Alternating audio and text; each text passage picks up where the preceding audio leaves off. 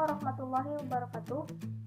Perkenalkan, nama saya Lisani Nurhaliza. Perkenalkan, nama saya Ibrahim Ali. Perkenalkan, nama saya Diamana Gusti Pandina. Perkenalkan, nama saya Muhammad Rafi Muzaki. Perkenalkan, nama saya Sepil Yusuf. Dengan NIM 20124. Dengan NIM 2008186. NIM saya 2006460. NIM 2005237 Dengan NIM 2003672. dari kelompok 3. Mata kuliah landasan pendidikan. Program studi pendidikan geografi kelas 1A. Kami di sini akan menyampaikan materi tentang pendidikan sebagai ilmu dan seni.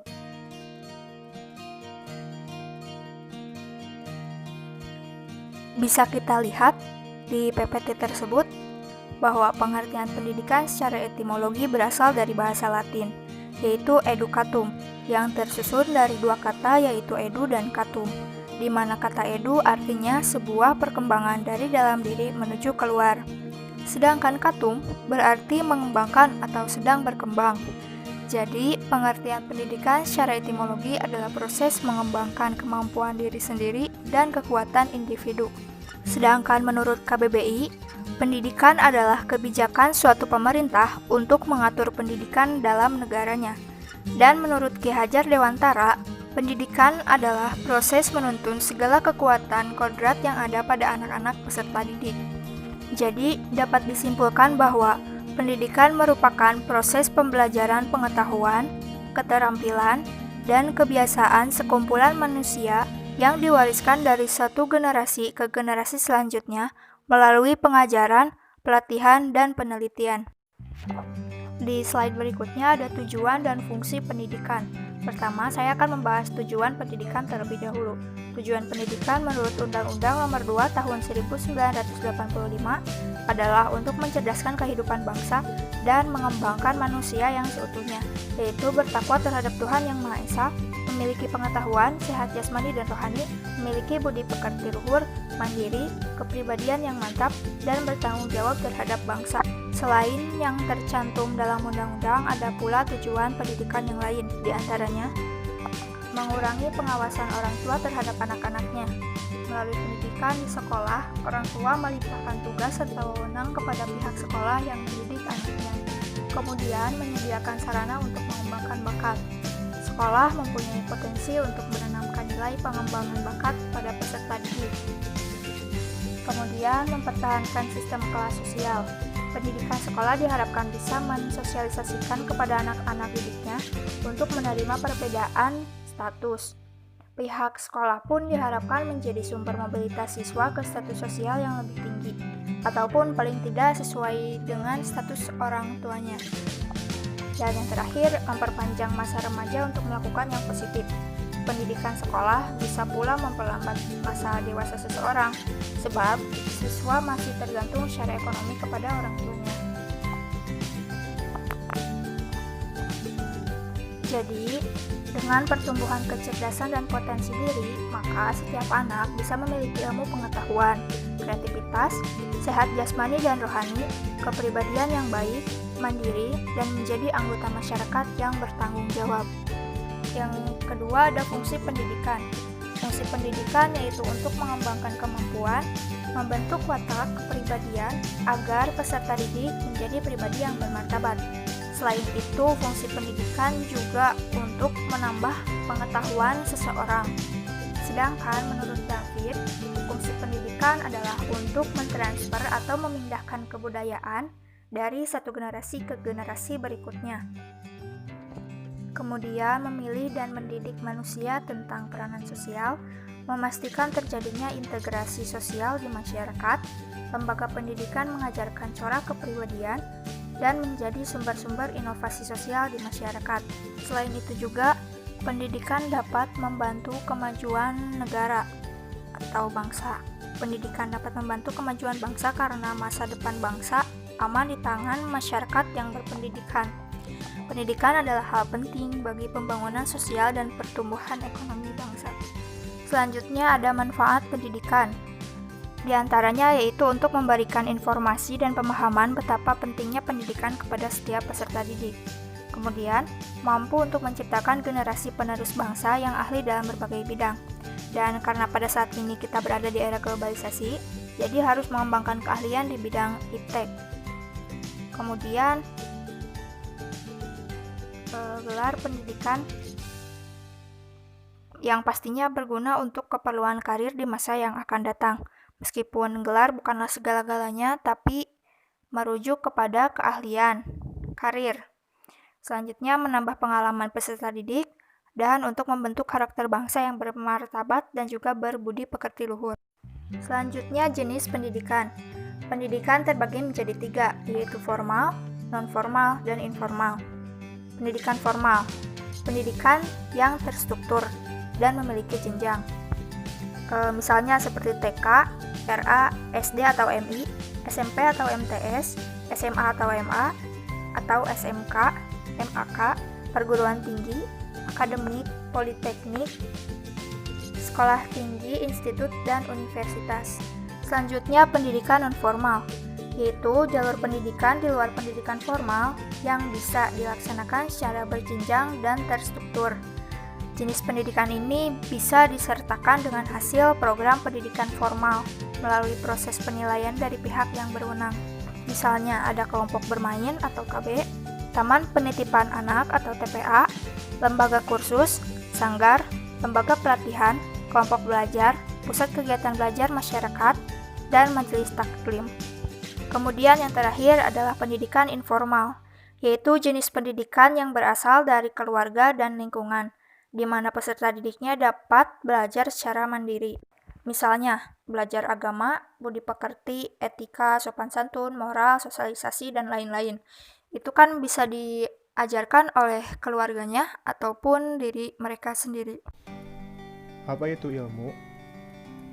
Ilmu merupakan kata yang berasal dari bahasa Arab ilmu, masdar dari alima, ya'lamu, yang berarti tahu atau mengetahui.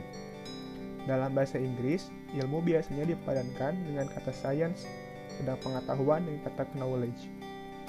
John D. Kemeny mengatakan, ilmu adalah semua pengetahuan yang dikumpulkan dengan metode ilmiah sebagai prosedur. Menurut KBBI, pengetahuan tentang suatu bidang yang disusun secara bersistem menurut metode tertentu yang dapat digunakan untuk menerangkan gejala tertentu di bidang pengetahuan itu.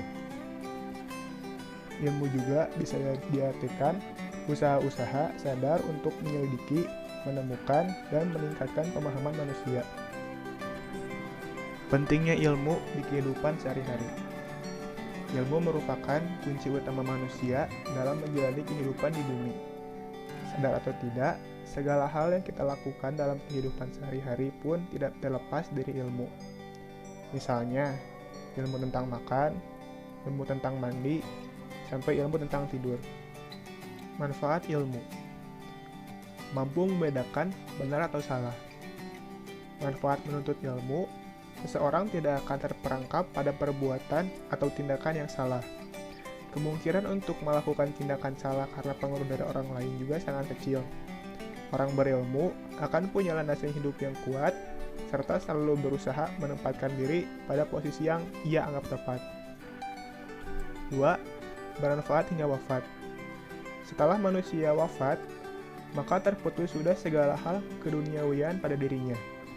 Hakikat manusia akan meninggalkan segala bentuk urusan yang terjalin pada manusia secara otomatis ketika mati. Dengan ilmu yang ditinggalkan atau disampaikan, seseorang akan terkenal sampai kapanpun. Istilah menulislah maka kau akan abadi adalah bentuk dari proses penularan ilmu melalui tulisan. Ilmu yang terdapat dalam tulisan tersebut akan selalu bermanfaat bahkan setelah penulisnya wafat. Yang ketiga, meninggikan derajat manusia. Derajat atau tingkatan manusia akan terangkat dengan ilmu atau pengetahuan yang dimiliki, entah di mata Tuhan atau dalam pandangan sesama manusia. Orang yang berilmu senantiasa mendapatkan penghormatan yang baik. Bahkan, seseorang yang berada dalam proses menuntut ilmu pun sudah mendapat pandangan positif dari lingkungan sekitar, bukan? Yang keempat, hal yang berharga selain harta. Dalam kehidupan ini, manusia menganggap bahwa harta dan kekayaan adalah dua hal yang paling berharga. Lalu, apakah ada hal lain yang memiliki nilai lebih dibanding harta dan kekayaan? Jawabannya tentu ada. Apa hal yang mempunyai nilai lebih dan paling berharga di muka bumi ini selain ilmu? Harta dan kekayaan yang melimpah akan membuat seseorang berusaha menjaga supaya harta tersebut tidak hilang. Berbeda dengan ilmu yang mampu menjaga diri manusia serta dapat mendatangkan harta. Pengertian pendidikan sebagai ilmu menurut para pakar. Menurut Sumantri Brajonegoro, ilmu pendidikan yaitu teori pendidikan, perenungan tentang pendidikan. Dalam arti luas, ilmu pendidikan yaitu ilmu pengetahuan yang mempelajari soal-soal yang timbul dalam praktek pendidikan. Menurut Carter Vigut, ilmu pendidikan yaitu suatu bangunan yang sistematis mengenai aspek-aspek kuantitatif, objektif, dan proses belajar, menggunakan instrumen secara seksama dalam mengajukan hipotesis-hipotesis pendidikan untuk diuji dan pengalaman seringkali dalam eksperimental. Menurut Imam Barnadib, ilmu pendidikan yaitu ilmu yang membicarakan masalah-masalah umum pendidikan secara menyeluruh dan abstrak. Menurut Driyarkara, ilmu pendidikan yaitu pemikiran ilmiah yang bersifat kritis, metodis, dan sistematis tentang realitas yang disebut pendidikan. Pendidikan sebagai ilmu pengetahuan. Ada dua istilah yang hampir sama bentuknya, tetapi berbeda artinya, yaitu pedagogik dan pedagogi. Kedua istilah ini mempunyai makna yang berbeda. Istilah ilmu pendidikan mempunyai makna yang sama dengan istilah pedagogik, sedangkan istilah pendidikan sama maknanya dengan istilah pedagogi. Yang pertama, ilmu pendidikan atau pedagogik lebih menitik beratkan pada pemikiran tentang bagaimana sebaiknya sistem pendidikan, tujuan pendidikan, materi pendidikan, sarana dan prasarana pendidikan, cara penilaian, cara penerimaan siswa, guru yang bagaimana. Dengan kata lain, ilmu pendidikan atau pedagogik lebih menitik beratkan pada teori.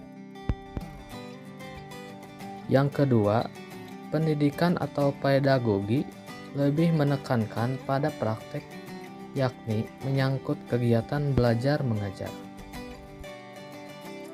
Kedua istilah ini tidak dapat dipisahkan secara jelas. Keduanya harus dilaksanakan secara berdampingan, saling memperkuat dan mendukung peningkatan mutu dan tujuan pendidikan. Konsep ilmu pendidikan. Ilmu pendidikan biasanya membahas tentang proses penyesuaian diri secara timbal balik antara manusia dengan manusia dan alam sebagai pengembangan dan penyempurnaan secara teratur dari semua potensi moral, intelektual, dan jasmaniah. Adapun pengertian ilmu pendidikan menurut D. Sujana, ilmu pendidikan adalah ilmu pengetahuan tentang pendidikan yang disusun secara sistematis, logis berdasarkan prinsip-prinsip yang diperoleh, dan diverifikasi melalui pengamatan, eksperimen, dan hasil pemikiran yang tepat. Pendidikan sebagai ilmu pengetahuan. Karakteristik ilmu pendidikan dibagi menjadi 3. 1. Landasan ilmu pendidikan. 2. Objek ilmu pendidikan. 3. Metode ilmu pendidikan. Landasan ilmu pendidikan meliputi agama. Pengertian agama adalah tata cara yang mengatur peribadahan manusia kepada Tuhan Yang Maha Esa, serta tata cara yang mengatur hubungan manusia dengan manusia lain, serta manusia dengan lingkungannya, yang merupakan bagian dari makhluk ciptaan Tuhan.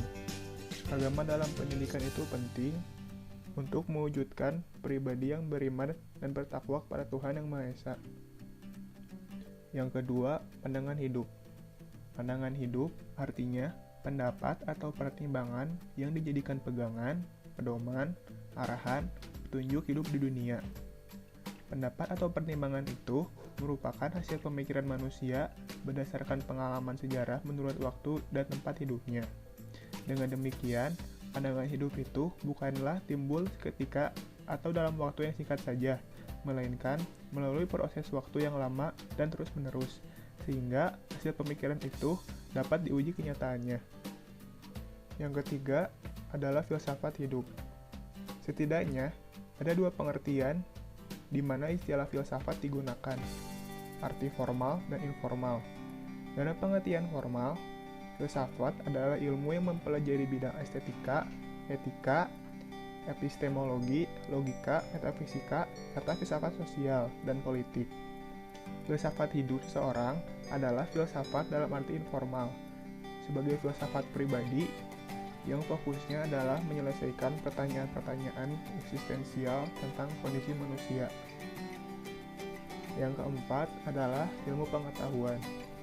Pengertian ilmu pengetahuan adalah suatu proses kegiatan yang menggunakan buah pikir, ide, gagasan, yang kemudian mengambil inisiatif untuk berbagi pengetahuan. Yang kelima ada teknologi. Teknologi adalah alat, mesin, cara, proses, kegiatan ataupun gagasan yang dibuat untuk mempermudah aktivitas manusia dalam kehidupan sehari-hari. Saat ini, teknologi banyak digunakan dalam bidang pembelajaran. Misalnya, bidang pembelajaran daring seperti Zoom dan Google Meet. 2. Objek ilmu pendidikan. Objek ilmu pendidikan dibagi menjadi objek material dan objek formal. Objek formal ilmu berkenaan dengan bidang yang menjadi keseluruhan ruang lingkup garapan sebuah ilmu. Sedangkan objek material adalah objek ilmu berkenaan dengan aspek-aspek yang menjadi garapan penyelidikan langsung ilmu yang bersangkutan. Dapat terjadi bahwa sekelompok cabang ilmu mempunyai objek formal yang sama namun mempunyai objek material yang berbeda. Misalnya, objek formalnya manusia. Pada cabang ilmu antropologi, objek materialnya asal-usul, perkembangan, dan ciri-ciri spesies manusia. Pada cabang ilmu psikologi, objek materialnya tingkah laku manusia. Yang ketiga, ada metode ilmu pendidikan. 1. Metode survei. Metode penelitian survei, atau secara ringkas biasa disebut metode survei, adalah penelitian yang sumber data dan informasi utamanya diperoleh dari responden sebagai sampel penelitian dengan menggunakan kuesioner atau angket sebagai instrumen pengumpulan data. 2. Eksperimen. Metode eksperimen adalah suatu cara mengajar di mana siswa melakukan suatu percobaan tentang suatu hal, mengamati prosesnya, serta menuliskan hasil percobaannya. Kemudian, hasil pengamatan itu disampaikan ke kelas dan dievaluasi oleh guru. Yang ketiga, studi kasus. Studi kasus adalah salah satu metode penelitian dalam ilmu sosial. Dalam riset yang menggunakan metode ini, dilakukan pemeriksaan longitudinal yang mendalam terhadap suatu keadaan atau kejadian yang disebut sebagai kasus dengan menggunakan cara-cara yang sistematis dalam melakukan pengamatan, pengumpulan, analisis informasi, dan pelaporan hasilnya. Yang keempat, ada kaji tindak. Kaji tindak atau sering disebut riset aksi adalah kegiatan riset melalui tindakan.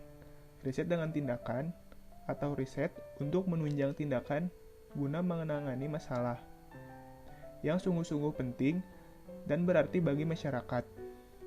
Yang kelima, penelitian masa depan. Penelitian masa depan yaitu peneliti menggunakan metode penelitian kualitatif dan pengumpulan data dengan wawancara, observasi, dan diskusi pada para penelitian. Karakteristik ilmu pendidikan. Yang keempat, ada isi ilmu pengetahuan, seperti postulat, yang bisa diartikan sebagai asumsi yang menjadi pangkal dalil yang dianggap benar tanpa perlu membuktikannya. Dan yang kedua juga ada asumsi, yaitu suatu anggapan atau dugaan sementara yang belum dapat dibuktikan kebenarannya, serta membutuhkan pembuktian secara langsung. Adapun konsep dan teori itu merupakan seperangkat konsep atau konstruk, definisi, dan proposisi yang berusaha menjelaskan hubungan sistematis suatu fenomena dengan cara memerinci hubungan sebab akibat yang terjadi.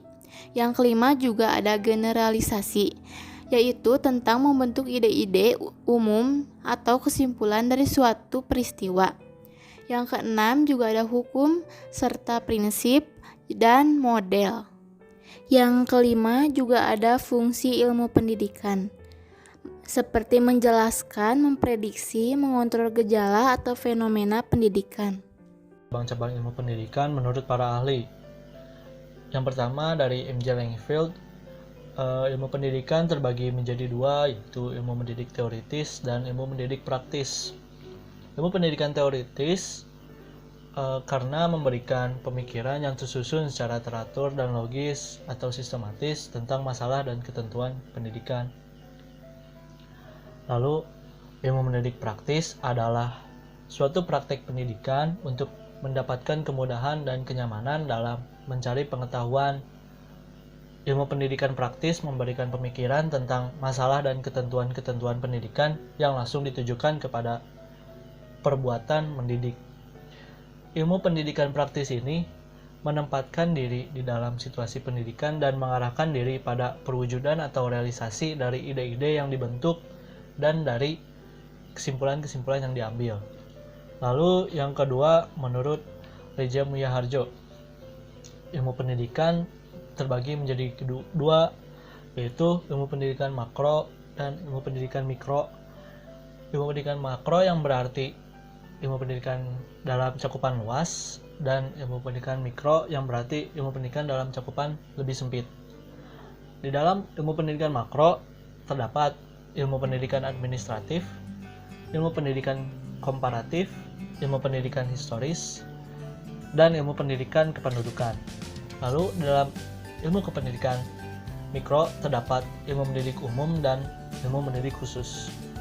Lalu yang ketiga menurut Majid Nur, ilmu pendidikan terbagi menjadi dua, yaitu ilmu pendidikan teoritis dan ilmu pendidikan praktis. Di dalam ilmu pendidikan teoritis terdapat ilmu pendidikan sistematis, ilmu pendidikan filsafat pendidikan, sejarah pendidikan, dan perbandingan pendidikan. Lalu di dalam ilmu pendidikan praktis terdapat seni mendidik, terdapat bimbingan dan penyuluhan, pengembangan kurikulum, pedagogik, andragogi, gerogogi, dan sebagainya. Sekian.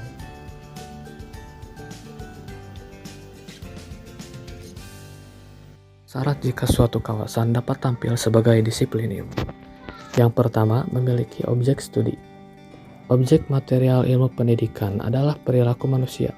Objek formalnya adalah menelaah fenomena pendidikan dalam perspektif yang luas dan integratif. Yang kedua, memiliki sistematika. Sistematika ilmu pendidikan dibedakan menjadi tiga, yaitu 1. Pendidikan sebagai gejala manusiawi, yaitu adanya komponen pendidikan yang saling berinteraksi dalam suatu rangkaian keseluruhan untuk mencapai tujuan. Komponen pendidikan itu adalah tujuan pendidikan, peserta didik, pendidik, isi pendidikan, metode pendidikan, alat pendidikan, dan lingkungan pendidikan. 2. Pendidikan sebagai upaya sadar untuk mengembangkan kepribadian dan kemampuan manusia. Menurut Nung Muhajir, sistematika ini bertolak dari fungsi pendidikan, yaitu menumbuhkan kreativitas peserta didik, menjaga lestarinya nilai insani dan nilai ilahi, menyiapkan tenaga produktif. 3. Pendidikan sebagai gejala manusiawi.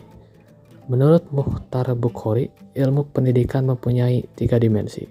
Dimensi lingkungan pendidikan, dimensi jenis-jenis persoalan pendidikan, dan dimensi waktu dan ruang. Yang ketiga, memiliki metode. 1. Metode normatif. Metode ini berkenaan dengan konsep manusia yang diidealkan ingin dicapai oleh pendidikan. 2. Metode eksplanatori. Metode ini berkenaan dengan pertanyaan kondisi dan kekuatan apa yang sebenarnya membuat suatu proses pendidikan berhasil. 3. Metode teknologis, yaitu metode yang berkenaan dengan bagaimana melakukannya dalam rangka mencapai tujuan yang diinginkan. 4. Metode deskriptif. Metode ini mencoba menguraikan kenyataan-kenyataan pendidikan dan kemudian mengklasifikasikannya sehingga ditemukan yang hakiki. 5. Metode hermeneutis. Metode ini untuk memahami kenyataan pendidikan yang konkret dan historis untuk menjelaskan makna dan struktur dari kegiatan pendidikan. Dan keenam, metode analisis kritis. Metode ini menganalisis secara kritis tentang istilah, pernyataan, konsep, dan teori yang ada atau digunakan dalam pendidikan. Sifat-sifat ilmu pendidikan. Sifat-sifat ilmu pendidikan terbagi menjadi 5 bagian. Yang pertama yaitu sifat empiris. Ilmu pendidikan bersifat empiris, artinya ilmu pengetahuan tersebut didasarkan pada observasi kenyataan akal sehat serta hasilnya tidak bersifat spekulatif, atau dengan kata lain berdasarkan sumber yang dapat dilihat langsung secara materi maupun wujud fisik. Lalu yang kedua, bersifat ruhaniyah. Ilmu pendidikan bersifat ruhaniyah karena selalu memandang peserta didik sebagai makhluk yang bersusila dan ingin menjadikannya sebagai makhluk yang beradab. Selain itu juga, situasi pendidikan yang berdasarkan atas tujuan manusia tidak membiarkan peserta didiknya kepada keadaan alamnya. Lalu yang ketiga, bersifat normatif. Ilmu pendidikan itu selalu berhubungan dengan soal siapakah manusia itu. Pembahasan mengenai siapakah manusia biasanya termasuk bidang filsafat, yaitu filsafat antropologi.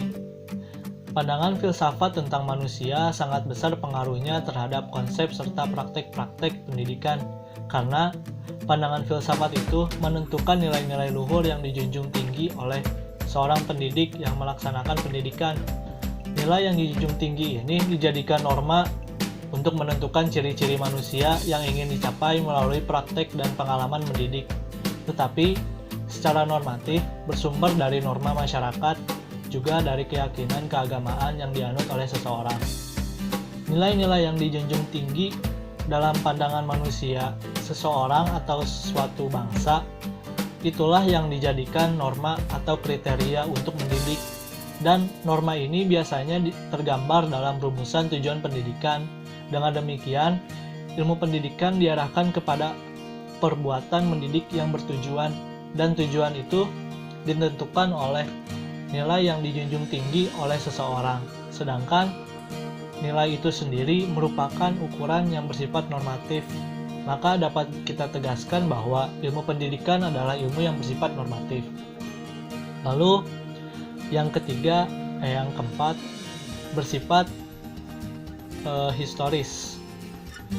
Ilmu pendidikan bersifat historis karena menguraikan teori sistem sepanjang zaman dan kebudayaan serta makna filosofis yang berpengaruh pada zaman tertentu.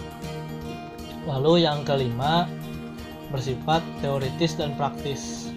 Dalam ilmu mendidik teoritis, para cerdik pandai mengatur dan mensistemkan di dalam pikirannya masalah yang tersusun sebagai pola pemikiran pendidikan. Karena pada umumnya ilmu mendidik tidak hanya mencari pengetahuan deskriptif tentang objek pendidikan, melainkan ingin juga mengetahui bagaimana sebaiknya untuk berfaedah terhadap objek didiknya. Jadi, dilihat dari maksud dan tujuannya, ilmu mendidik boleh disebut ilmu yang praktis, sebab ditujukan kepada praktik dan perbuatan-perbuatan yang mempengaruhi anak didiknya. Jadi, dari praktik-praktik pendidikan disusun pemikiran-pemikiran secara teoritis. Pemikiran-pemikiran secara teoritis ini disusun dalam satu sistem pendidikan yang biasanya disebut ilmu mendidik teoritis. Ilmu mendidik teoritis ini disebut juga ilmu mendidik sistematis. Jadi sebenarnya kedua istilah ini mempunyai arti yang sama, yaitu teoritis sama saja dengan sistematis. Dalam rangka membicarakan ilmu mendidik teoritis, perlu diperhatikan sejarah pendidikan. Dengan mempelajari sejarah pendidikan, itu terlihat telah tersusun pandangan-pandangan teoritis yang dapat dipakai sebagai peringatan untuk menyusun teori pendidikan selanjutnya. Dapat disimpulkan bahwa mendidik sistematis mendahului ilmu mendidik historis. Akan tetapi, ilmu mendidik historis memberikan bantuan dan memperkaya ilmu mendidik sistematis. Keduanya membantu para pendidik agar berhati-hati dalam praktik pendidikan. Pendidikan sebagai seni. Dimulai dari pengertian seni. Seni berasal dari bahasa Sanskerta, yaitu sani, yang berarti pemujaan, persembahan, dan pelayanan. Menurut Padma Puspita, kata seni berasal dari bahasa Belanda yaitu genie, dalam bahasa Latin disebut genius, yang artinya kemampuan luar biasa yang dibawa sejak lahir. Dan menurut kajian di Eropa, seni dikatakan art, yang berarti artivisual, yaitu suatu media yang melakukan suatu kegiatan tertentu. Jadi, seni merupakan suatu ekspresi manusia yang berunsurkan keindahan yang diungkapkan melalui media nyata yang dapat dinikmati oleh panca indera manusia. Lalu, tujuan dari seni itu sendiri adalah penyampaian komunikasi yang baik berupa gambar kegiatan yang dilakukan manusia yang menggambarkan kehidupan manusia. Perbedaan ilmu dengan seni. Di depan sini ada sebuah tabel tentang perbedaannya. Aspek yang dibandingkannya itu seperti bentuk karya kreasi. Apa sih perbedaan ilmu dan seni dari bentuk karya kreasi itu? Ilmunya itu lebih berfokus kepada sistem pengetahuan, sedangkan seni itu lebih ke arah sistem pengungkapan cita rasa. Kedua, sifat kreasi. Ilmunya itu berfokus kepada pengetahuan yang deskriptif dan objektif, sedangkan perbedaannya dengan seni itu lebih ke arah pengungkapan yang individualistik, subjektif, dan unik. Ketiga, juga ada cakupan isi kreasi. Ilmunya itu lebih berfokus ke arah pengetahuan spesifik, informatif, dan prediktif, sedangkan seni lebih ke arah pengungkapan khusus, interpretatif estetis, dan inspiratif. Yang keempat, juga ada cara penyusunan kreasi. Ilmunya itu lebih ke arah pengetahuan hasil penyelidikan, seperti purposif, selektif, dan verifikatif. Sedangkan seninya itu lebih ke arah karya seni hasil penghayatan estetis yang diungkapkan dalam bentuk tertentu. Kelima, penyajian hasil kreasi. Ilmunya itu lebih ke arah disajikan secara rinci atau mendetail, sistematis dalam bentuk konsep, hipotesa, dalil, teori, atau hukum. Sedangkan seninya itu lebih ke arah diungkapkan secara konkret dalam bentuk sastra, lukisan, bangunan, musik, dan lain-lain. Dapat kita simpulkan dari tabel tersebut bahwa pendidikan ilmu sekaligus sebagai seni terbukti karena fenomena pendidikan dapat dipelajari melalui metode ilmiah. Pendidikan sebagai panduan ilmu dan seni. Menurut E.S. Neil, menurutnya mendidik dan mengajar bukanlah suatu ilmu, tetapi adalah suatu seni. Mengapa dikatakan seni? Karena mendidik yang diartikan sebagai seni ialah bagaimana kita dapat hidup dengan anak-anak dan dapat mengerti anak-anak seolah-olah kita menjadi seperti anak-anak.